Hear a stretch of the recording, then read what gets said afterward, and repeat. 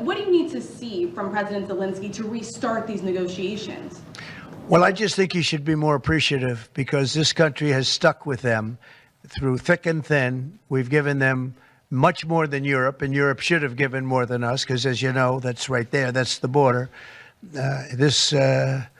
This country really was like the fence on the border. It was very important to Europe, and I'm not knocking Europe. I'm saying that they were a lot smarter than Joe Biden, because Joe Biden didn't have a clue. He just gave money hand over fist, and they should have been able to equalize with us. In other words, if we gave $1, they should have given. Well, we gave $350 billion. They probably gave 100, but on top of it all, they get their money back because they're doing it in the form of a loan, and it's a secured loan. So when I saw that, which I've known about for a little while, I said it's time for us to be smart.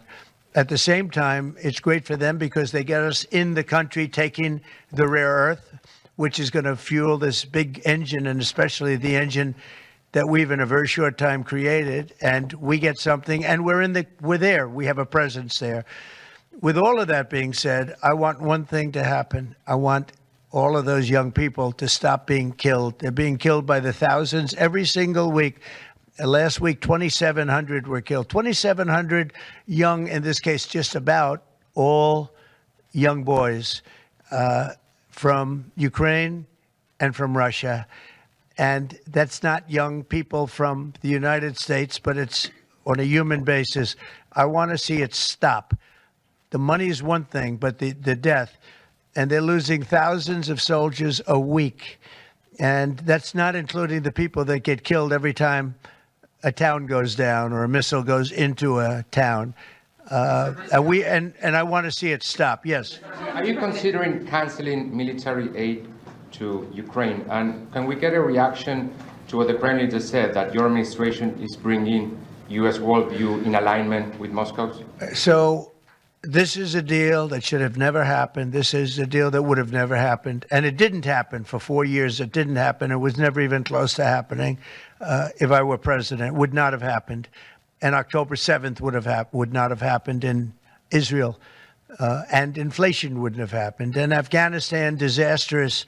The way they withdrew, not the fact that they withdrew, but the way they withdrew, would have never happened. And we would have had Bagram right now instead of China having it. It was 1 hour away from where China makes their nuclear weapons. We would have kept Bagram, with one of the biggest air bases in the world. All of these things happened, and it's a shame. But it is what it is, and now we're here. I want to see it end fast. I don't want to see this go on for years and years. Now, President Zelenskyy supposedly made a statement today in AP. I'm not a big fan of AP, so maybe it was an incorrect statement, but he said he thinks the war's going to go on for a long time. And he better not be right about that. That's all I'm saying. This project, could this minimize the impact of the U.S. with chips should China decide to isolate Taiwan or China decide to take Taiwan? Well, it's a very interesting point. It's a great question, actually, but this would certainly, I can't say minimize. That would be a catastrophic event, obviously, but it will at least give us a position where we have, in this very, very important business, we would have a very big part of it in the United States. So it would have a big impact if something should happen with Taiwan. Are you looking at relieving Russian sanctions if there is a peace deal? Well, we're going to make deals with everybody to get this war, including Europe and European nations. And they've acted very well. You know, they're good people. I know most of them are friends of mine.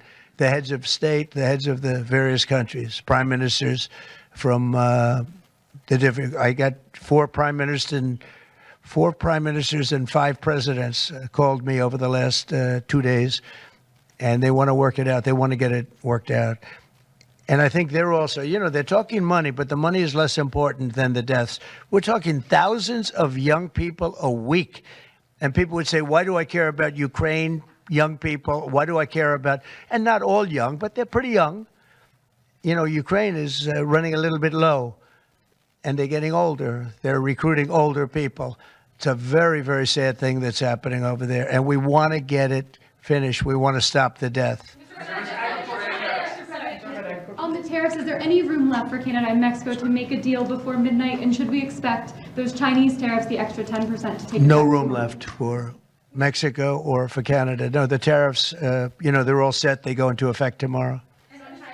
Mr. President, just to follow up on my colleague's question. And just so you understand, vast amounts of fentanyl have poured into our country from Mexico. And as you know, also from China, where it goes to Mexico and goes to Canada.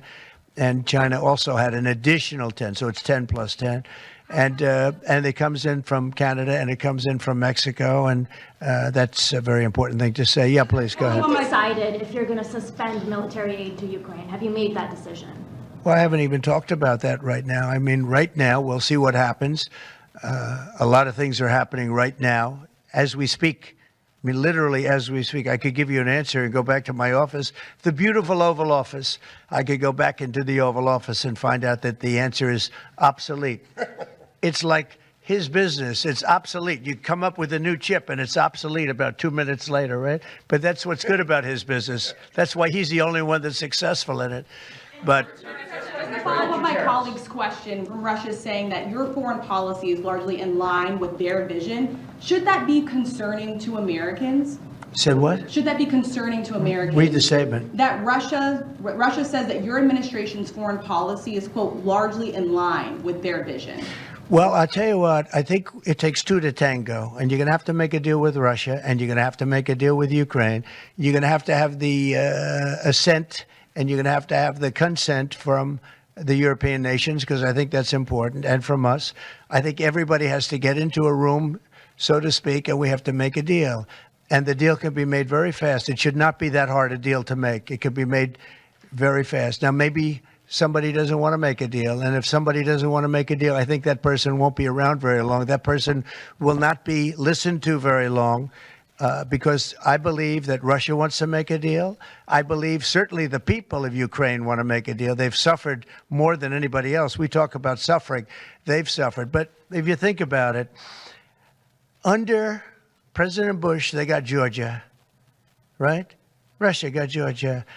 Under President Obama, they got a nice big submarine base, a nice big chunk of land where they have their submarines. You know that, right? Crimea.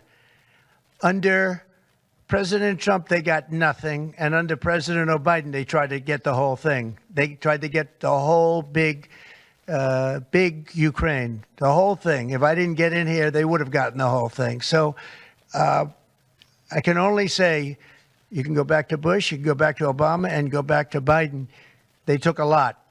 The only one they didn't get, you know what I gave them? I gave them anti-tank missiles. That's what I gave them. I gave them sanctions on Russia. I gave them javelins. You know the javelins? You know when they took out all those tanks? You know the tanks were heading to Kiev by the hundreds, and they were unstoppable. And I gave them javelins. So, you know, I really, Putin is the one that will tell you this has not been so good for them. The fact is that I just want fairness. I want fairness. But think of it. I gave Russia nothing except grief. I gave them nothing. I gave them sanctions and javelins. That's what I gave them. Obama gave them sheets, and you heard that statement before. It's a very famous. Trump gave them javelins, and Obama gave them sheets, and then they say how close I am to Russia. And let me tell you, we have to make a deal because there are a lot of people being killed that shouldn't be killed.